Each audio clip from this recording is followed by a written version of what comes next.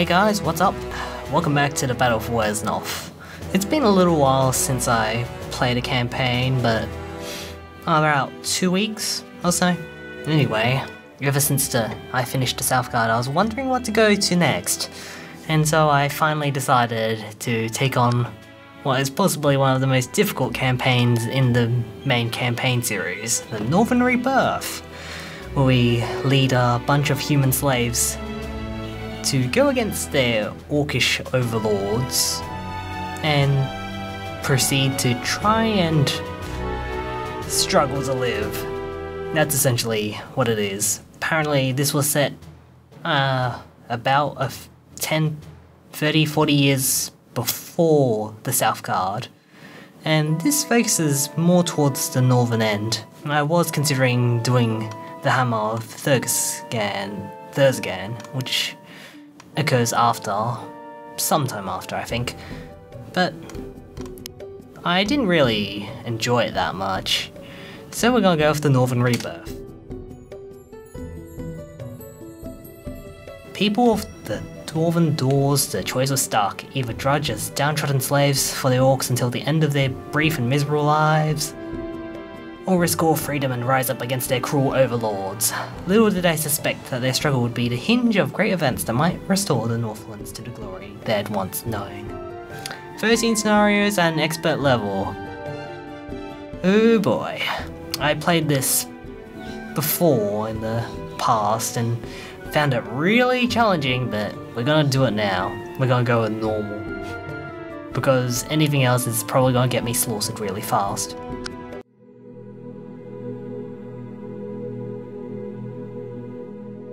So once it looks like the Dwarven Doors was a trade post, a land of trade involving elvish lands and Wesnoth, and they were once wealthy at some point.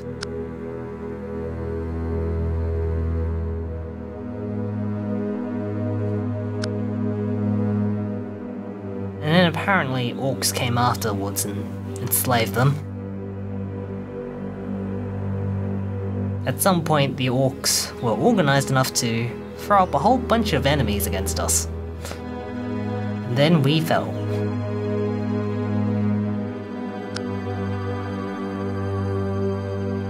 Of course this was simply a matter of numbers rather than anything else, it seemed.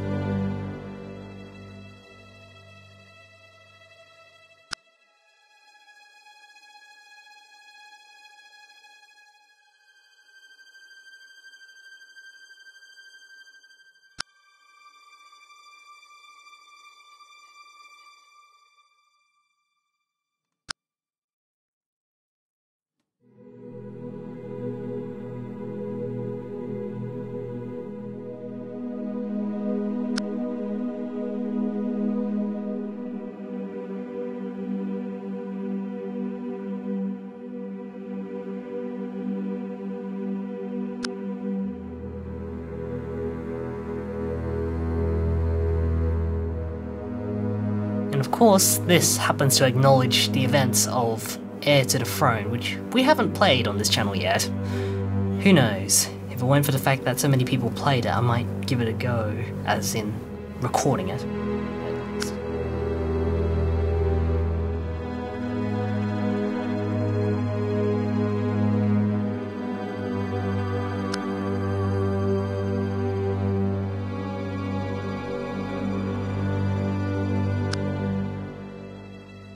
And of course, our main hero and leader is called Talon.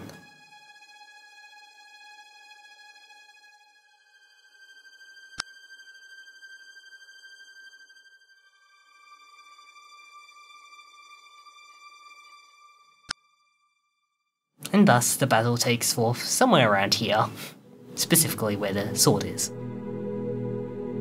Of course, you can see over to the north we have a Lake of Frog, Arcanthoria, but most of the battles take place here for the most part at the very beginning.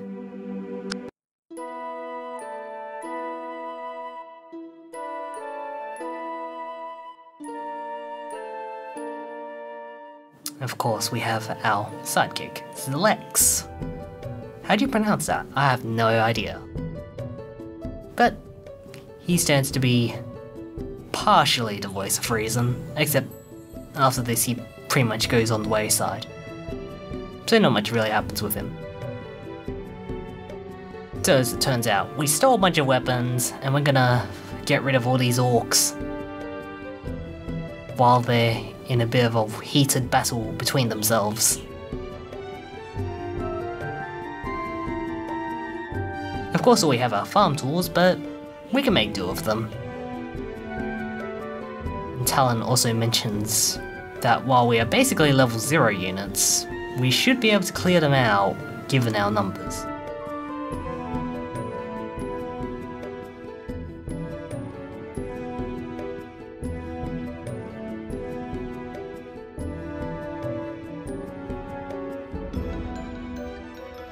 Meanwhile, these two are going at it.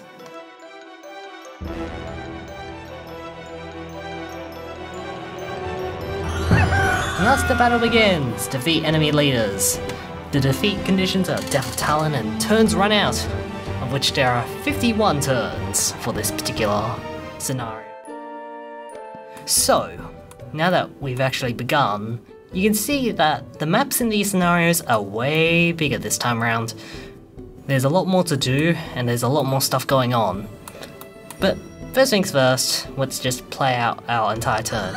Since, like, due to the scale of these things, it's pretty hard to give a full-on play-by-play. But I've enlisted the help of our two types of units that we can recruit, which are peasants and woodsmen. Now woodsmen are neutral and they have a bow and a dagger, so they're our bowmen, except they're at level 0 of course. And we have our peasants, which are lawful, but they have a pretty mean pitchfork if you throw them at an enemy. That being said, they all have relatively low HP, so as was mentioned before, our strength is in numbers. The units have done likewise, except they have level 1 units, which are a step above ours. Thankfully, these two enemy teams, blue and green, will be too busy fighting it out to take much notice of us for the moment. So let's get going.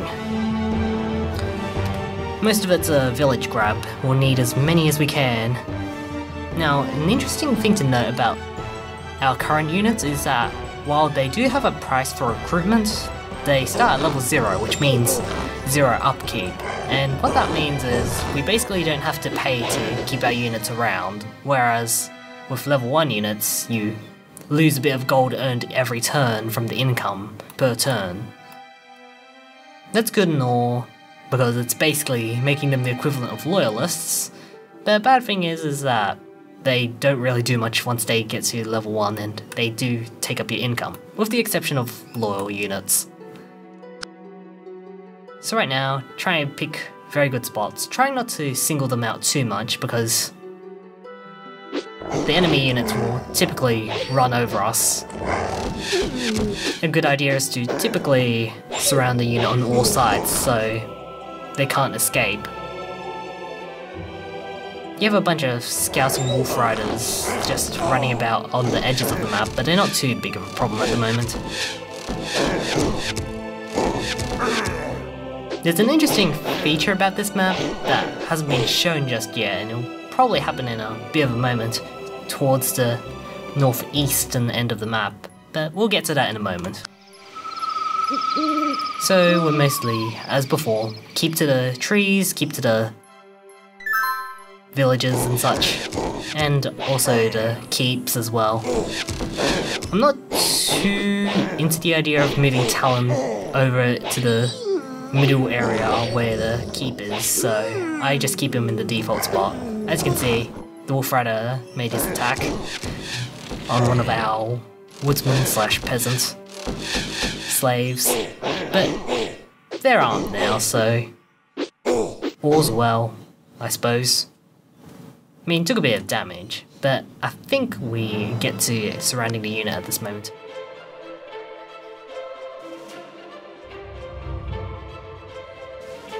Of course, the orc taunts the other for being unable to handle the slaves, a very critical moment.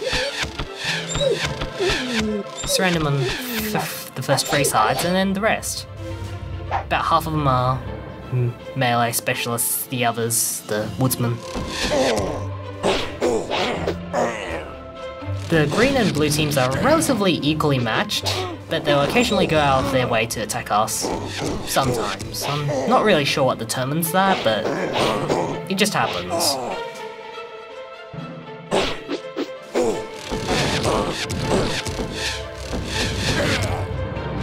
As you can see, most of how this plays out is based on the terrain defense, which, as you know, determines the hit rate of an enemy against you. In clearings, 40% means that there's a 40% chance of you not to get hit by any enemy attack, so it doesn't matter how powerful your attacks are, what matters is whether you're hit or not.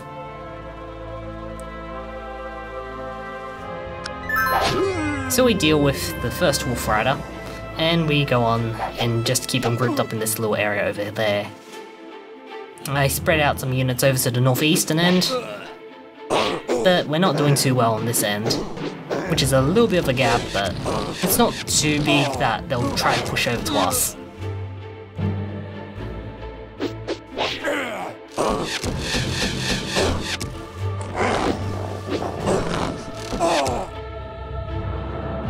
We do get some of these kinds of things happening where an enemy unit will level up, and in most cases we want to have to avoid that if possible. Of course, since we didn't do that, we have to hope that blue team can push forward and do something, or we can steal the kill for ourselves if the HP gets low. So let's just keep going. Peasants have a relatively weak ranged attack. It's kind of like spearmen with their javelins. They do a bit of damage, but overall, not really well suited. In any case, the leader of the blue team comes over to wreck one of the villagers. They're kind of more spread out now, but they're still trying to fight each other. For the most part, that is. Since I used up most of my gold at this point, I check out this at the northeastern end as one of the entrances to the Dwarven Caves. But of course, as it happens, the caves are infested with trolls. And so I try to get him away, although we know that most likely he's probably going to die. That I don't remember, but I assume it probably happened to me the first time I played it as well and wasn't particularly happy with it either when it first happened. I kept going. More units to recruit. Chances are those trolls at the northeastern end will move to try and get rid of the rest of this bunch. As you can see, the HP of some of these leaders are getting pretty low. And so they're softened up. Of course, the problem with most of these trolls is the fact that they regenerate, which gives them like plus 8 HP per turn. So we do need to worry a little if they come charging towards us, so I do believe I start recruiting some units at this point, maybe, to try and stop them before they get too close to us. Of course, we still do have these orcs to deal with.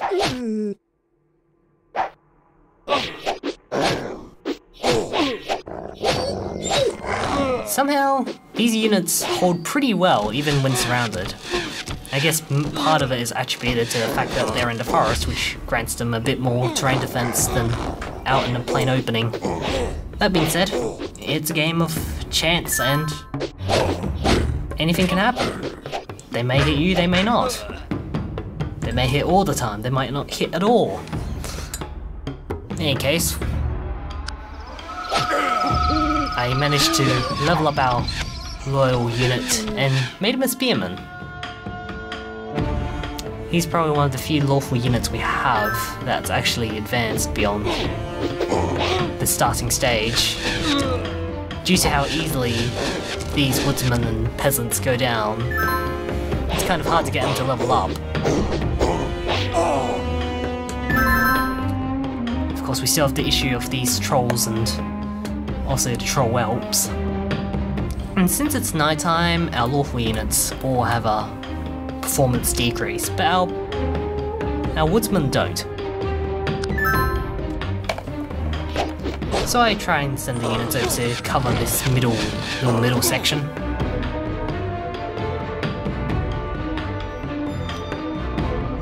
Recruit more units. And watch as stuff happens. Unfortunately, those that I've left in the open are pretty prone to attacks.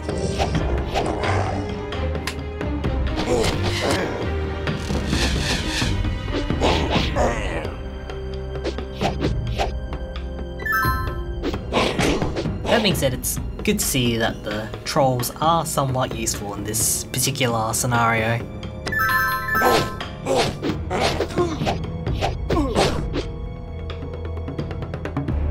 Of course, I start finally moving units out to stop the trolls from getting to us. But at the same time, you want to keep the orcs from getting to you as well. You don't want them moving too close to you, otherwise you're gonna be surrounded. And like as the orcs did to the dwarves back at the start of this campaign, numbers are a thing. Without any upkeep, we constantly have enough to recruit about 2 units per turn. Even with money as low as it is, sometimes. Dawn comes, and we have 21 gold.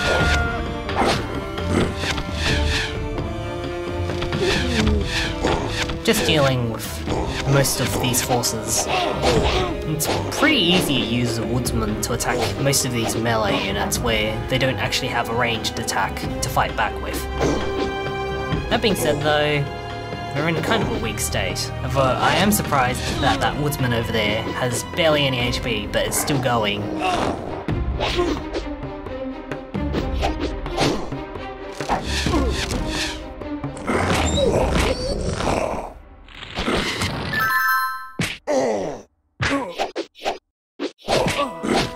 It's not very good to see trolls taking over villages because that just gives them more healing ability. And I'm not too fond of that at all. Pushing them back is pretty tough. Since they regenerate all the time, every time it's their turn, it makes them an extra hassle to try and deal with.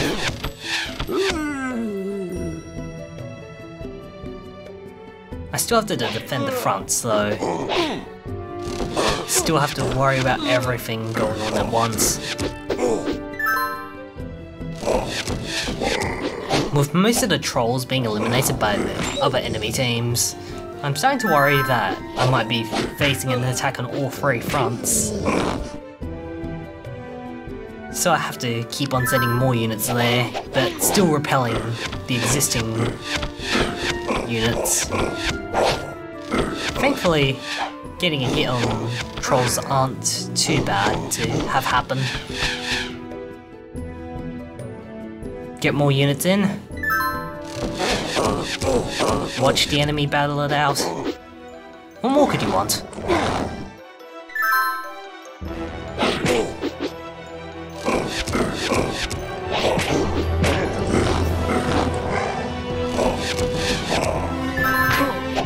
So now pretty much most if not all of the trolls are gone now, except with the ones that we have to deal with. And as before, regeneration is a pretty annoying thing to deal with. Unless you can get them surrounded on all sides. Not sure what I was doing there by pulling some of the units back, but I assume it was to mount some kind of defense against most of these units.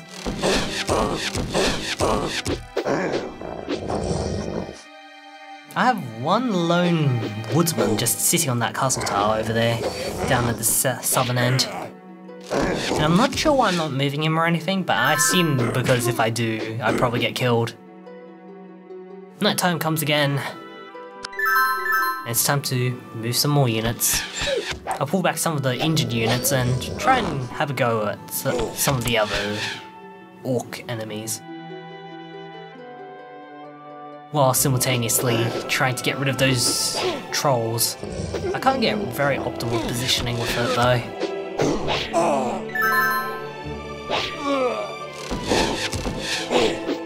Numbers are dwindling on all ends except ours really, so being able to constantly recruit is a pretty cool thing to have happen.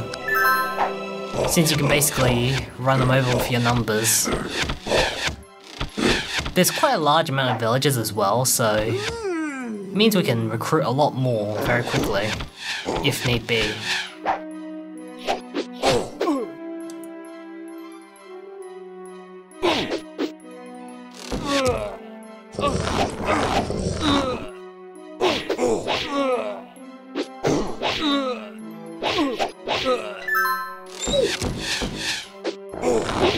I don't see why the orcs on the green team didn't bother trying to go after the leader, but I assume it's because they knew, or rather their programming told them not to attack the leader just because it was too strong for them or something. Oh well. Just gonna deal with this troll whelp over there. Take one at a time. Because, you know, they're probably gonna ruin us very easily. Same time, try and move units to the south. What I like to do is to get units planted on top of the castle keeps, so that way they don't get to recruit anymore. But, as in most cases, we generally end up taking up most of the villages instead, just because it's more feasible to cut off the income that way, rather than trying to sit on top of the throne and hoping that an enemy unit doesn't just kill us outright. That being said, we're now spreading out to catch all those spare villages, finally, including those that have been taken back by the enemy.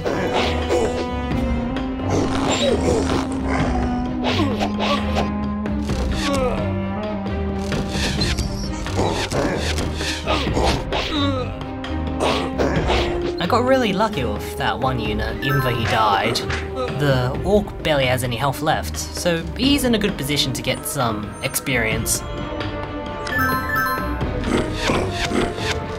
I wail on this troll and get rid of that orc, nearly at leveling up point. And recruit some more, because we have that much money now. Plus 33 is a thing that you'd normally never see most of the time. But this isn't normal, by any means, aside from what the difficulty might suggest it is. It gets really hard after this, like, battles will be on a far bigger scale than you would typically be used to. And all you've got are level 0 units for the moment.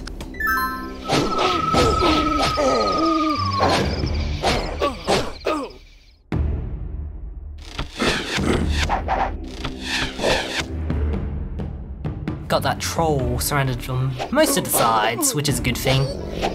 But at the same time, our performance in the middle area isn't so great.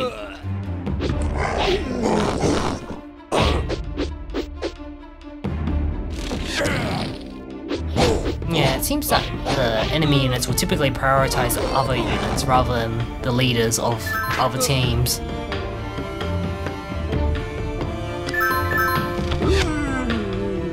Managed to get rid of that wolf rider and leveled up our woodsman to become a poacher, which is chaotic and is pretty good with the amount of attacks you get. Pretty useful unit, but it becomes irrelevant after this scenario actually.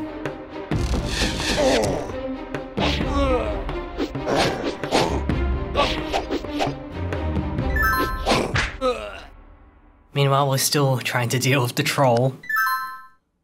I wish they'd gone after the orcs, but that'd be asking a bit much of a campaign that's supposed to be hard. Thankfully we get a few lucky hits in and we finally got rid of that, so I decided to make him a poacher also.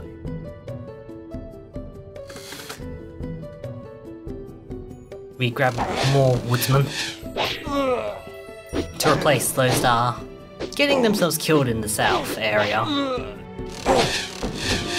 Since we're mostly on open ground, it kind of leaves us a bit vulnerable, so we have to replace our units.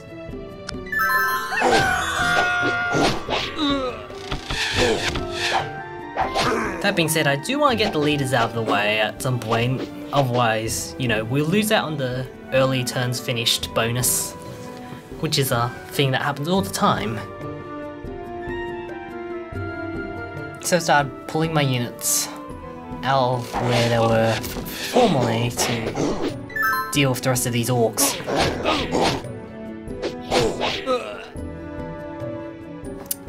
So,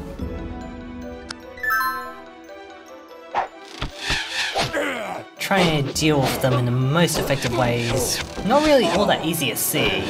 The orc leaders are pretty strong, and as you can see, most of our units will go down easily, even in one wave of attacks. Meanwhile, I have a few other units scouting around to take other villages to claim them as their own. We're at plus 39 right now. But if we take a look at the stats, you can see they're pretty vicious, even during the day. They have a 15x3 greatsword, which is 45 damage if they hit all the time, and they also have a bow. Dealing with these is not easy, especially not at level 0. But the good side of it being that if you manage to kill one, you'll probably level up.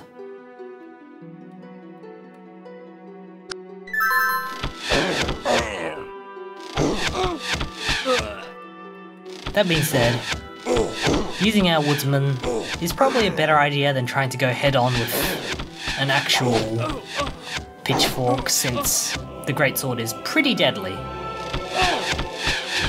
Instead we engage in a bow fight against the leader units, and it seems we finally have the upper hand at last.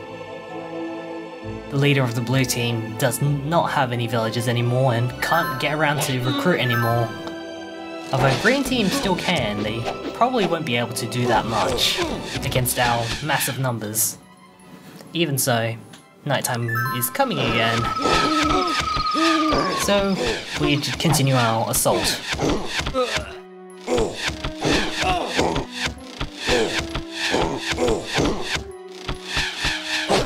Woodsmen are very useful, and same with our few peasants that we do have.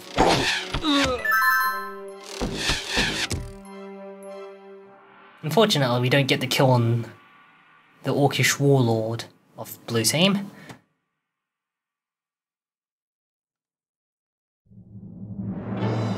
Of course, as it happens to be, it was only another orc that killed him.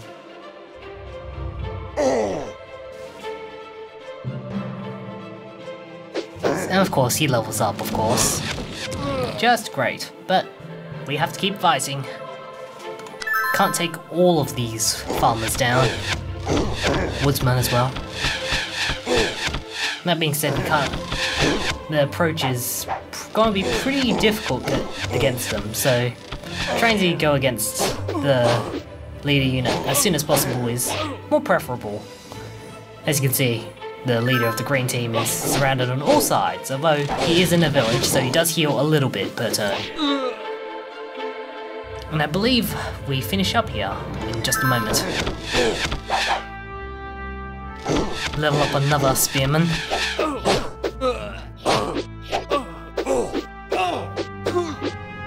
Of course, I want to see if I can get any more experience before I finish off the leader unit. I do believe it continues another round though, because that woodsman missed all 3 times and he ran away.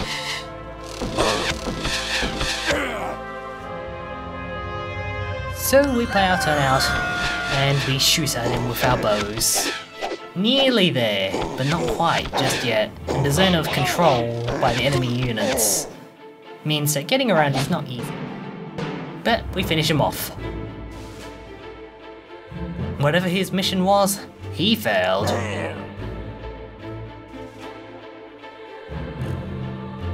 And so I level him up to become a spearman, and with that concludes the very first scenario of the Northern Rebirth. We'll see you next time when the orcs do try to make another attack and we are forced to flee. I'm Chaotic Law and you were watching the Battle for Wesnoth, and I'll see you all next time. Until then, take Take care.